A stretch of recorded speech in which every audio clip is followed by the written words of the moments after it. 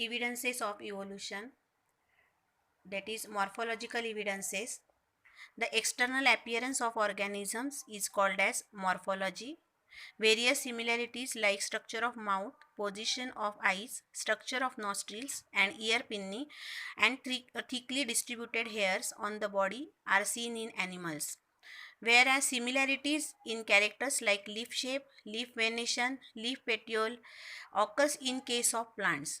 This indicates that there are some similarities in those groups, and hence it proves that their origin must be same and must have common ancestor. Next, anatomical evidences. If you carefully observe the pictures, there does not seem any superficial similarities between human hands, cat's foreleg, flipper of whale, and patagium of bat. Similarly, use of each of those structures is different in different animals. However, there is a similarity in structure of bones and bony joints in organs of each of those animals.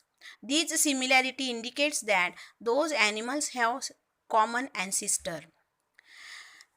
Third, vestigial organs. Degenerated or underdeveloped useless organs of organisms are called as vestigial organs. Such organs are seen in different phases of disappearance in different animals. Such organs, though non-functional in certain organisms, it may be functional in other organisms. For example, appendix, which is useless to human, is useful and fully functional organ in ruminants.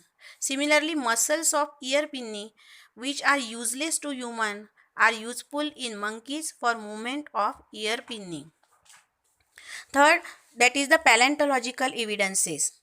Large number of organisms get buried due to disasters like flood, earthquake, volcano, etc.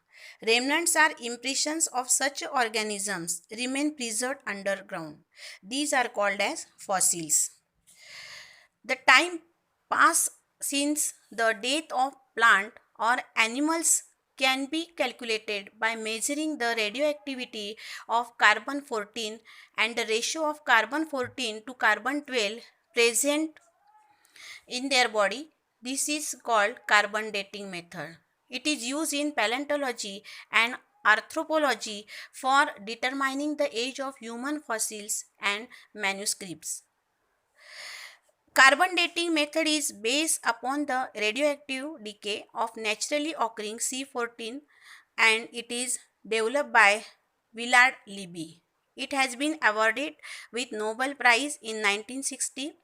The age of materials determined by these methods are published in the journal Radiocarbon. The next, that is the connecting links.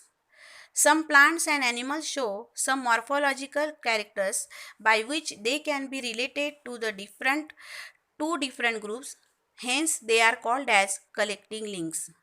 For example, in Peripatus, characters like segmented body, thin cuticles, and parapodia-like organs are present.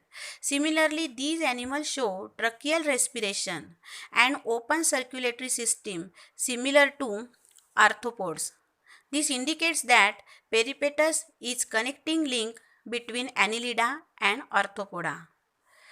Duck-billed platypus lays egg in reptiles but shows relationship with mammals due to presence of mammary glands and hairs.